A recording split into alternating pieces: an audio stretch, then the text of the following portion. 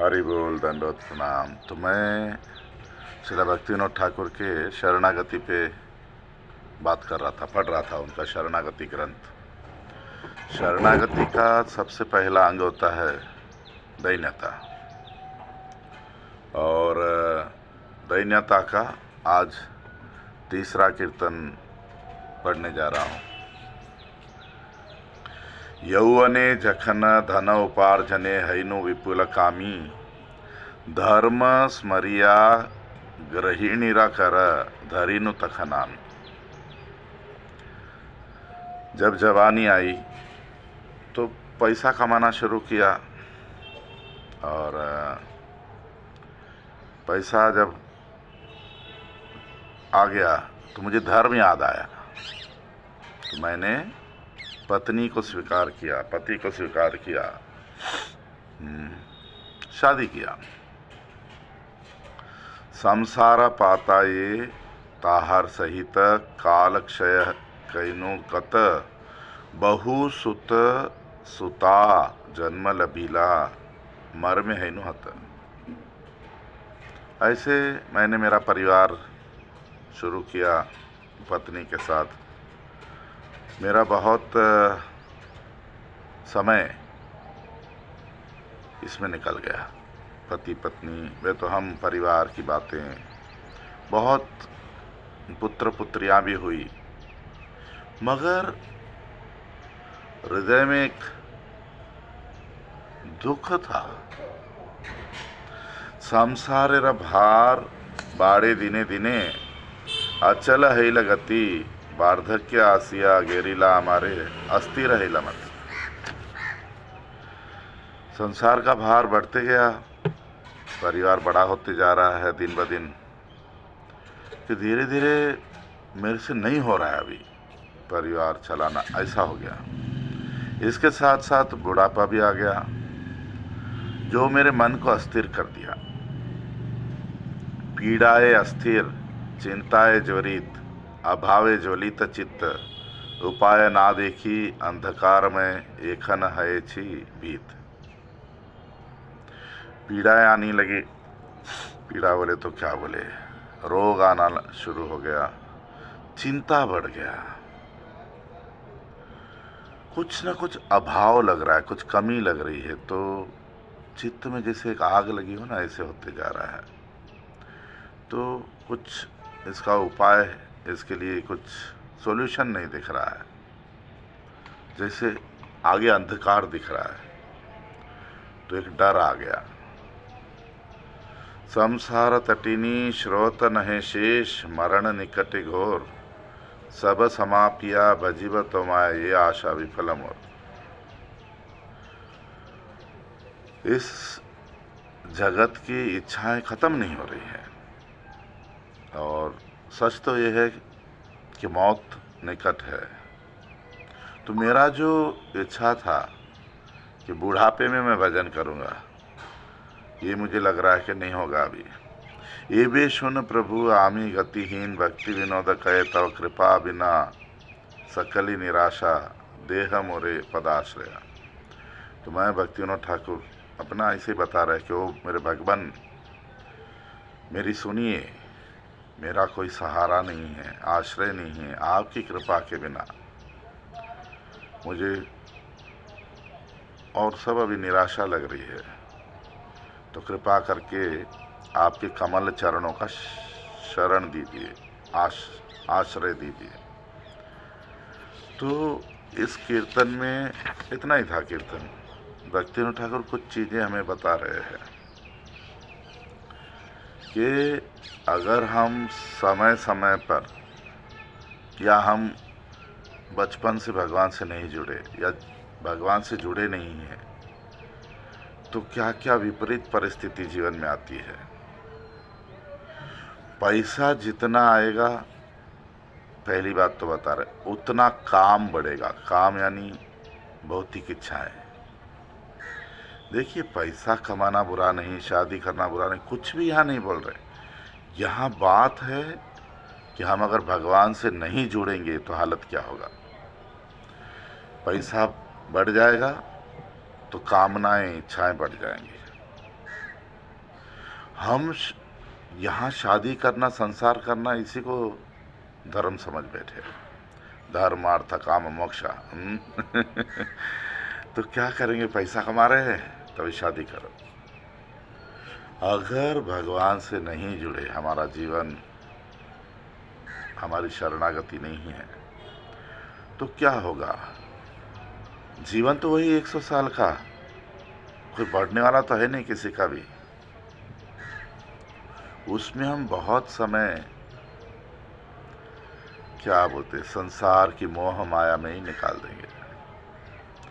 पत्नी सहधर्मिणी बताई गई, धर्म पत्नी बताई गई। पत्नी के संग से एक व्यक्ति धर्म के मार्ग पर आसानी से चल सकता है, सुंदरता से चल सकता है। और वही स्त्री को हम भोग की वस्तु बना लिया तो वही हमारे नरक का रास्ता बन जाता है। कल भी यहाँ हम अभी पंजाब में हैं, तो हम बता रहे थे कि भगवान की एक सुंदर, सबसे सुंदर सृष्टि स्त्री, वो हमारी माँ है, बहन है, पत्नी है, बेटी है, और भी बहुत सारे रिश्ते, चाची, मौसी, बहुत ही, क्या बोलते हैं, एक सुंदर हम रिश्ता बना सकते हैं, बहुत ही।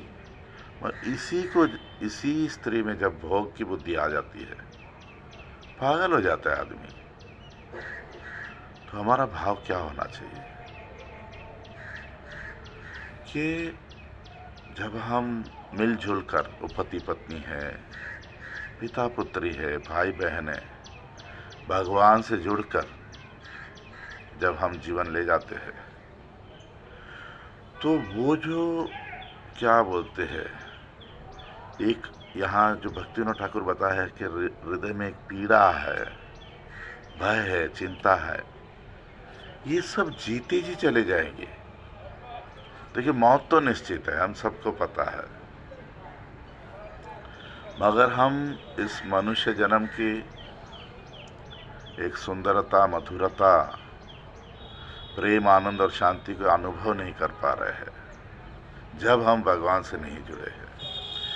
ये भोग एक तरह का रोग हो गया है। चित्त जो कि गोविंद का चिंतन करना चाहिए, चिंता में पड़ गया है। एक होती है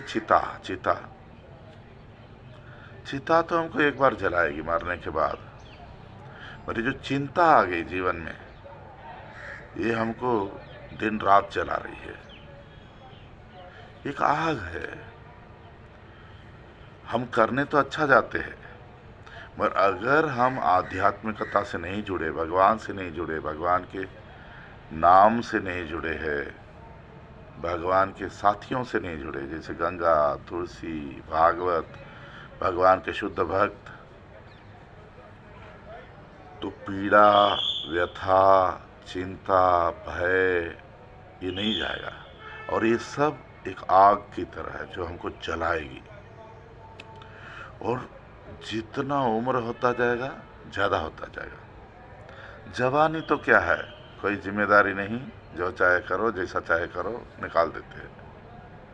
और जैसे जैसे उम्र होगी ना, रोग, शोक, मोह हमको पीड़ा देंगे। तो यहाँ भक्तिविनोद ठाकुर यही बोल रहे हैं कि बहुत लोग ऐसा सोचते हैं कि आध्यात्मिकता, भगवान का नाम उम्र होने पे करेंगे, बुढ़ापे में करेंगे। मगर जो जीवन हमने बचपन, जवानी इसमें जिया, जहाँ अगर हम भगवान से नहीं जुड़े तो हमारा बुढ़ापा बहुत बुरा हाल होगा, क्योंकि तब तक तो शरीर का हालत भी खराब हो जाएगा, मन और चित्त सड़ जाएगा जैसे। तो यहाँ बहुत सारे उदाहरण दे रहे हैं कि संसार भार न लगने लगेगा जब हम, अगर we are living a uncontrolled life, हमने हमारी इंद्रियों का दुरुपयोग किया, हमारे मानव जीवन का दुरुपयोग किया, हमारी जवानी, बचपन, ये इस जन्म का हिसाब तो अगले जन्म में होगा या बाद में होगा। फिर भी इस जन्म में भी हमें क्या बोलते हैं, एक तरह से यहाँ बोल रहे कि अचल हिल गति अस्थिर हिल मति। मन क्या बोलते, स्थिर नहीं रहेगा। मन यानी मन, हृदय, बुद्धि, चित्त।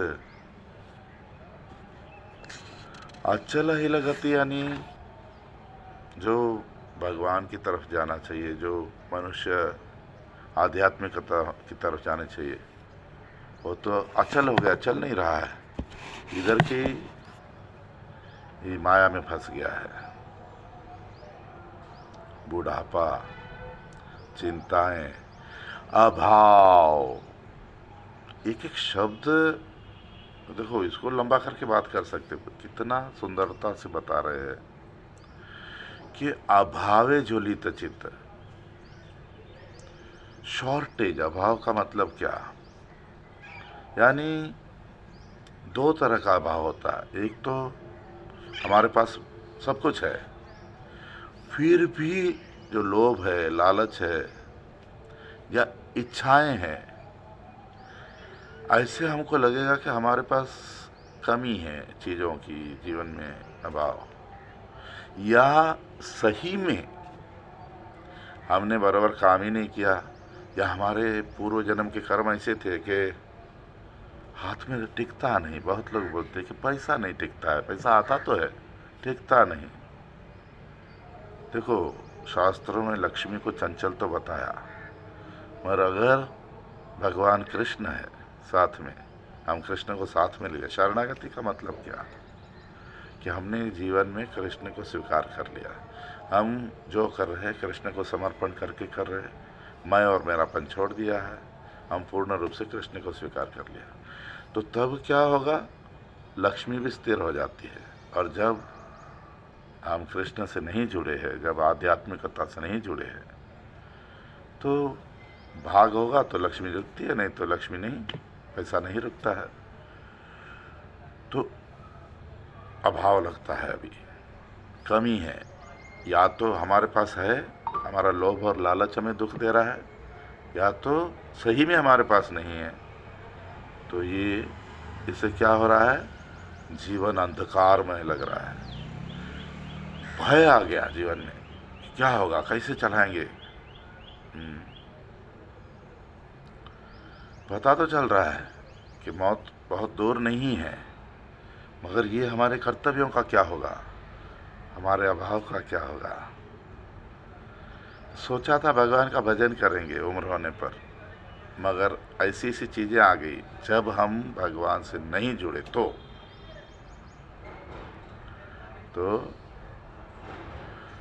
हमें भगवान के कमल चरणों का सहारा लेकर, भगवान की कृपा को लेकर, मैं और मेरापन वाला अहंकार, अभिमान को छोड़कर भगवान की शरणागति, यानी पहला तैन्यता। और तैन्यता क्या, कि अगर मैं भगवान से नहीं जुड़ा, आध्यात्मिकता से नहीं जुड़ा, तो मैं फंस जाऊंगा। मुझे कैसे पता चला, संसार में दूसरों को देख कर तो सीखो, जो हमसे बड़े हैं वो हमारे पिताजी हो सकते हैं, वो हमारे क्या बोलते हैं, बंधु मित्र हो सकते हैं। उनकी निंदा करने नहीं बोल रहा हूँ, वो सही किया गलत किया ये नहीं। समाज में जो भगवान से नहीं जुड़े, उनको अगर हम नज़दीकी से, करीब से देखेंगे तो समझ में आएगा कि उनका भय नहीं गया, उनकी चिंताएं बढ़ गई, उनका बुढ़ापा बहुत कष्टमय हुआ। तो बुद्धि क्या है, अगर मुझे समझ में आ रहा है कि संसार तो दुखदार दे रहा है, तो भगवान की शरण में रहकर, अहंकार छोड़कर, समर्पण भाव से जीवन को ले जाऊं, ये दैन्यता का और एक लक्षण है। हरि बोल, दंडवत प्रणाम।